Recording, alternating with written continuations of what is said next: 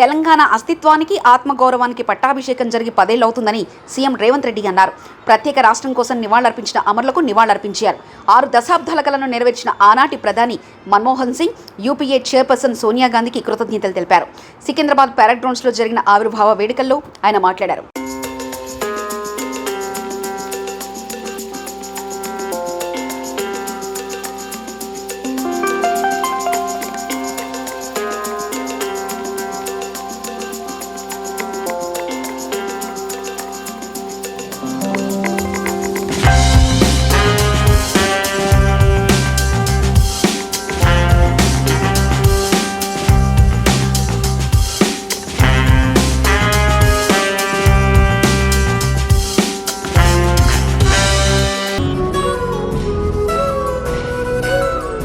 ఒక్కసారి తెరపైన కూడా చూడండి, ముఖ్యమంత్రి గారు, సిఎస్ గారు, డీజీపీ గారు, ఇతర పెద్దలు కనిపిస్తూ.